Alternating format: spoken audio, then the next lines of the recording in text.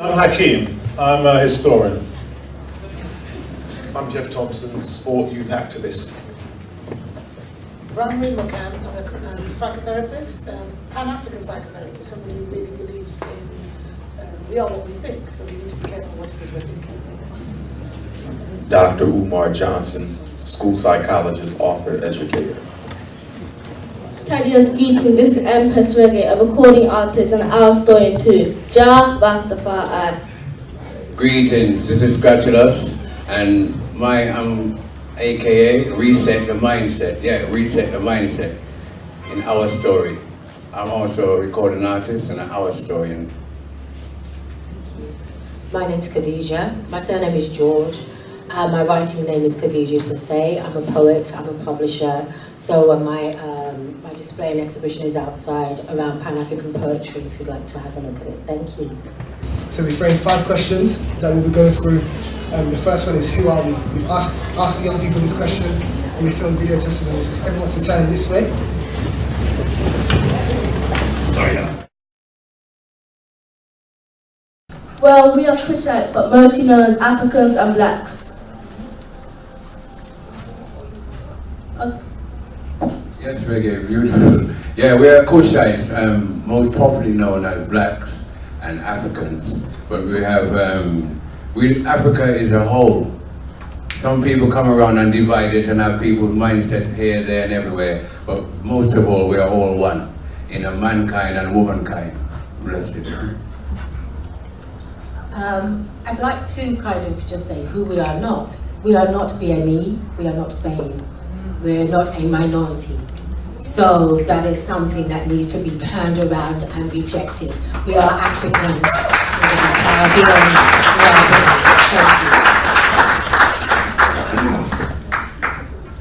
I would say legacy, loyalty, and lineage.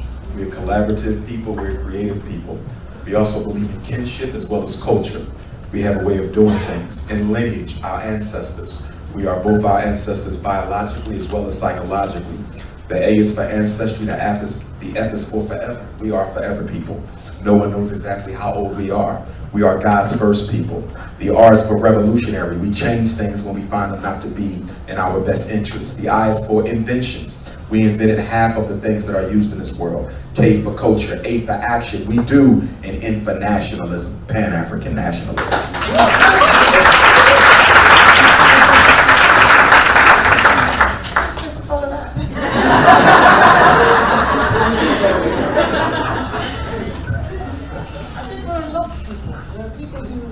So much time trying to get away from our past that we are trying to be human or to get equality, that we miss the point that actually we don't need equality, that we tried so hard to be considered human that we forgot that we were actually meant to be divine.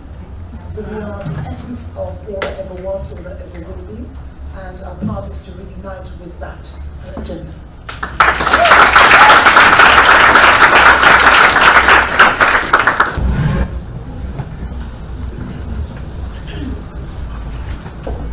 I think we need to be realistic, and some people are lost. Not everybody is lost, but some people are. So those who are not have to be there to support and help those who are. In a gentle way, you know, nobody has to rubbish anybody else or you know, make anybody feel small about that.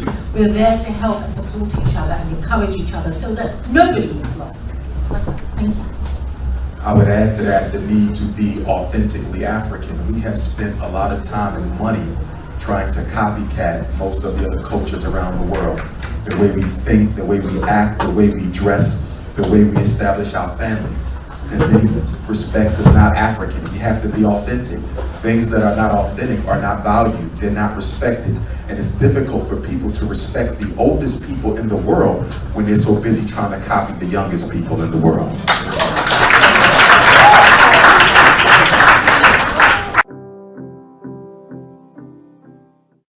Where are we from? I would say God. We're the only people on earth whose direct ancestry goes all the way back to the universe. Every other people come from us, but we're the only ones that God sits down first. When we look at the African woman as being the first human being on earth, that means every black woman who traces their ancestry sooner or later comes to God. That's why our skin is black, because it's the color of the cosmos. That's why our hair is nappy. Those tight little circles represents the cyclical nature of African existence. Where we come from God.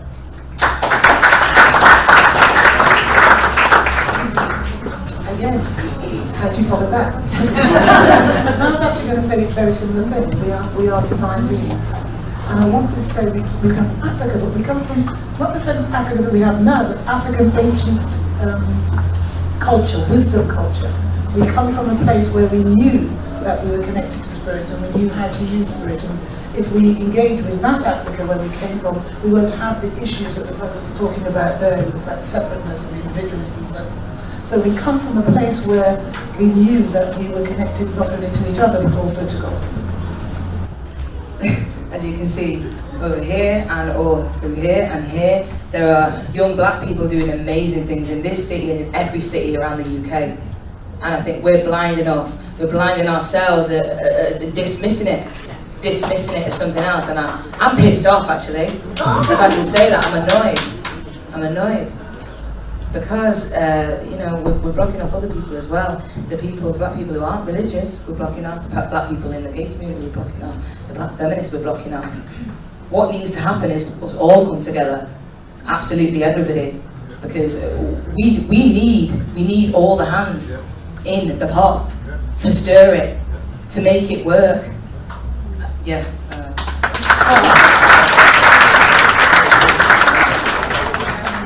My name is Delicia, and taking what everyone has said, I'm a young person and I'm aware of what's going on, and it's hard to see young black people who are like you, facing the same troubles as you, not receiving the kind of like opportunities that I have.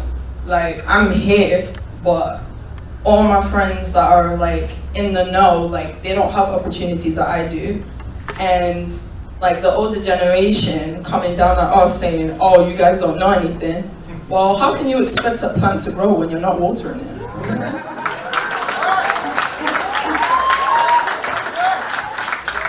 Hi, I'm Aline. You good? Yeah. My question is, I want to ask the panel, in terms of where we're from, what do you think about, especially youth today, that they want to, it's not about where they're from, they refuse where they're from, or they don't want to be where they're from. Do you get what I mean? Yeah, that's my question to the panel. Speaking about why the youth, many of them, have such an issue with accepting their Africanity, stems from the fact that self-hatred has been modeled for them by their parents in a larger society. They are what we allow them to become. And in many cases, they are what we actually made them to become. In fact, in many respects, this generation of African youth, I think, is a little bit more revolutionary and courageous than the previous generations of African people. And the last thing I want to say, where are the youth taught to hate their Africanity? Public school.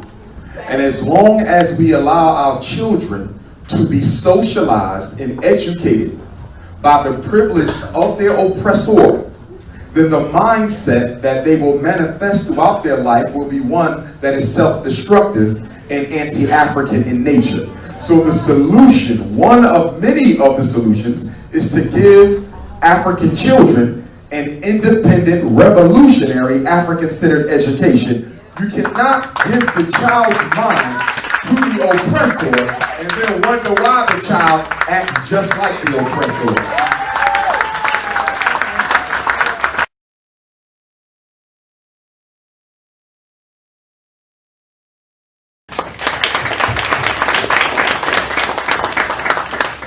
How did we get here?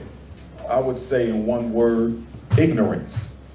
We forgot who we were, the way we did things, the way we thought and acted with one another, the way we proceeded in the world.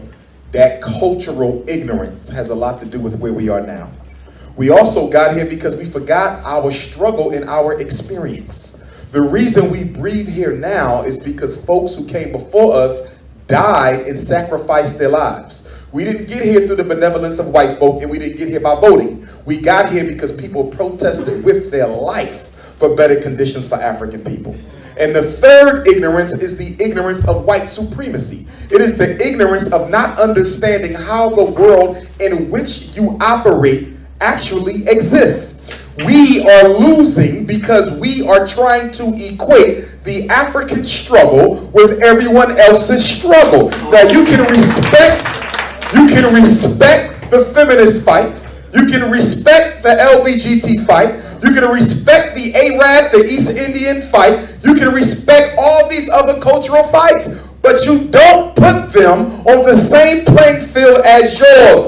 None of these groups.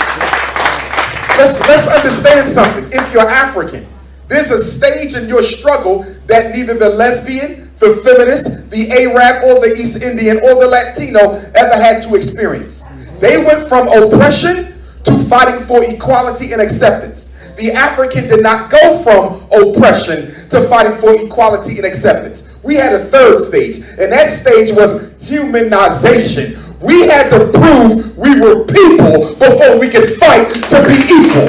We had to prove we were people before we could fight to be equal. We're not fighting for the right to cohabitate with someone. We're not fighting for equal wages with men. We're not fighting for the right to have our culture accepted. We're fighting for the right to exist, to breathe, to live. You don't let another group's mission make you think that it is as important as yours. We suffer because we are not our own priority yet. We make everyone else's issue more important than mine, which is to say we suffer for not being unapologetically African.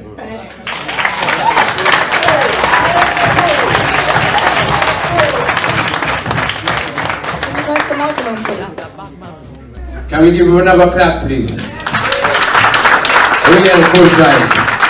We are suffering because of the institutions around us. Yes? You can name them out. We are suffering because of institutions. We're not suffering because of accident, because of the youth there. And by the way, I love the exuberance of the youth and them talking up for themselves and saying they're on the mission and they wish to make things better. And they used to come together. I love that with the youth them, yeah? We're not here we want to see the youth them rise. My daughter is 11 years old. She's never been to a Babylon classroom. You understand? Her name is Reggae. It's not one of those names where her name is Reggae. It's in her passport. Her name is Reggae. The reason why I named her Reggae is so that she can pass on the legacy. Reggae is love. We fight against corruption. Yes? And it has an infectious baseline with the whole world love. But the world love our music, but they don't love us. They love our food, but they don't love us. So that's why we say reset the what? Reset the what? Bless you. Hi, I'm Remember, and I just wanted to ask Dr. Umar to clarify what he meant by that our struggle is more important than the feminist struggle, because I, as a woman, don't suffer oppression differently. I am simultaneously black and a woman. Can we not incorporate feminism into the black struggle? Let's talk about that.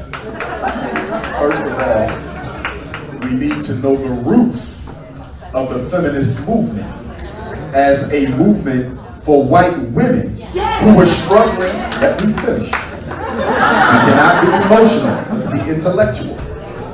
The feminist movement was a movement by white women who were fighting against structural oppression imposed by the white male. He did not let her vote. He did not let her leave the house. He told her she could not go to church if she was on her menses. She cannot go to college, she cannot hold a job. Her place was in a home to cook and to raise the children. So she fought against that. And I understood it because it wasn't fair. But when she reached out to the black woman, she didn't do it because she cared anything about your situation. But she simply wanted to use your numerical power to push her agenda. And a mistake was made with black women in the feminist struggle by equating your dynamic with the black man, with the white woman's dynamic with the white male. We don't control if you get a job. We don't control if you leave the house. We don't control if you go to college. The black male, by virtue of his own unique oppression under white supremacy, has never been in a position to dominate the black woman the way the white man has dominated the white female. So we're not saying that there's issues that don't need to be addressed, because there are. We have domestic abuse. We have sexism in the black community. You understand? So there's clearly sexist issues. But we would argue that you should fight that from an African womanist perspective, not a white feminist perspective. Because the African womanist perspective recognizes that me and the black man are struggling together against a common oppressor, but I reserve the right to address any sexist issues in the black community, but you never let the white woman use you against the black man. Unapologetically African.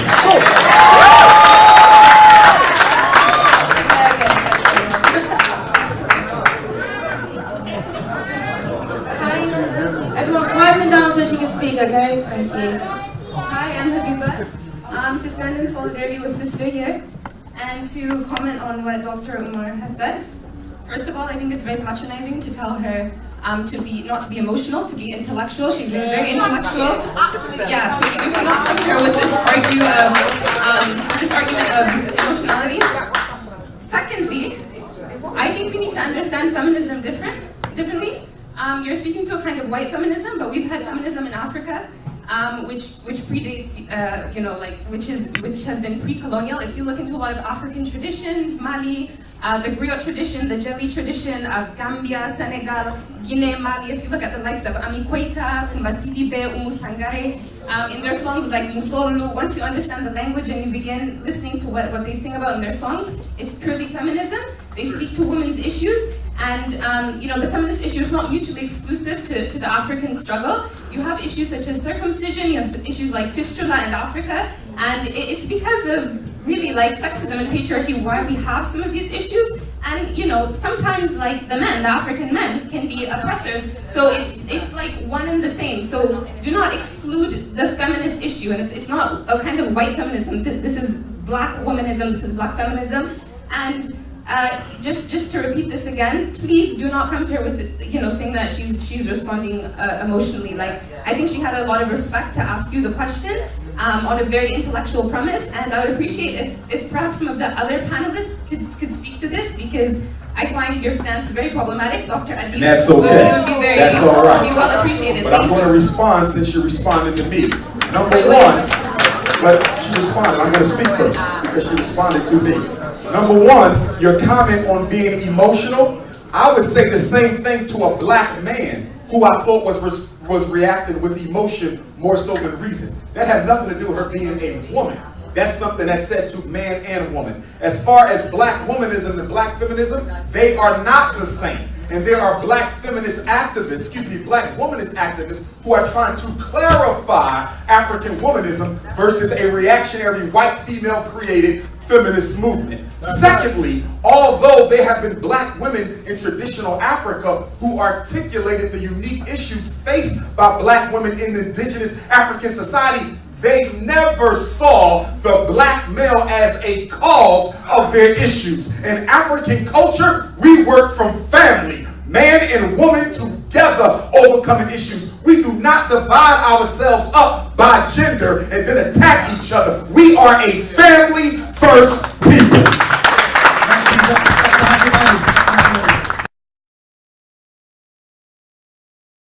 I just want to say how proud I am of our future.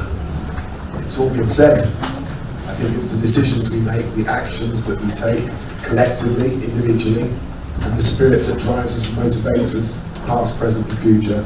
I'm just immensely proud of you guys and girls.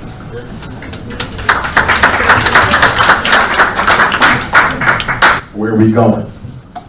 Despite as bad as it looks right now, we're going back to where we belong. And that is the rulers of the global hierarchy. We're going back to our greatness. We're going back to our power. Where are we going? Back to our ancient glory. We were not put here to serve, but to be in charge. We were not put here to be on our knees, but to be on our feet. African, from God's spirit. And we go back the way God put us at. That's where we go.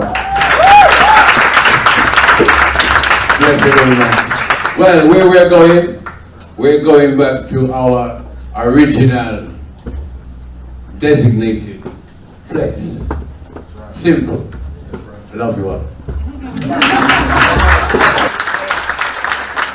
Might be a silly question, but do we ever feel we could ever reach that level of enlightenment? Like, even me, myself, I fall off at times, you know. I might decide that I might listen to a certain tune that's glorifying a certain lifestyle, you know what I mean? Like a drug lifestyle, even though I would never personally live that lifestyle. Like, I may listen to a bit of Fetty Wap, you know. At the same time, you know what I mean? And can our sisters ever, you know, maybe get away from the European way of thinking, do you know what I mean? Like, when it comes down to, to using makeup in a certain way, or you know, maybe like doing things with their hair. Do you know what I mean? That is not from diaspora. You know what I mean? I'm just putting it out there as a bit of a curveball. Can we ever reach that state of enlightenment where we don't have to do these things anymore? And that, or is it swings and roundabouts? Is it a case of this is the universe? There's good as evil. There's going to be people that are going to sell our souls to the highest bidder. Do you know what I mean? Like, you know, what do people think about that? Like, where are we going? Is there ever going to be a state of total enlightenment for our people? And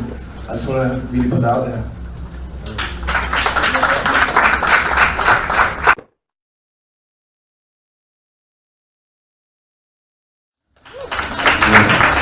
Well, first of all, we want to extend the credibility to the people that put this whole event together. It's really warmed my heart. We're not going to lie, it warmed my heart tremendously. Seeing, and yeah, the issue with the woman, girls, you are the mother of creation. So now I'm not going to fret about you. You don't need to get educated. You have to know that in your mind that you are the mother of creation. Without you, there's no one, there's nothing. See, so don't let them little ray, get you off key. You understand? The next thing, remember, aims and objectives. They change their methods, not their purpose. Yeah? Later on, we have performed around and intellect and, you know, because you know, Babylon them full of rhetoric, but we have the intellect. Bless you. Well, what I want to be when I get older, I want to be a teacher. I want to teach our story, or many people know it as history. But I want to teach our story in our schools, to our people, and I want them to learn the truth. And a lot of people ask me, how can you teach your music, or how can you do your music and teach at the same time? And I simply say, I teach my music.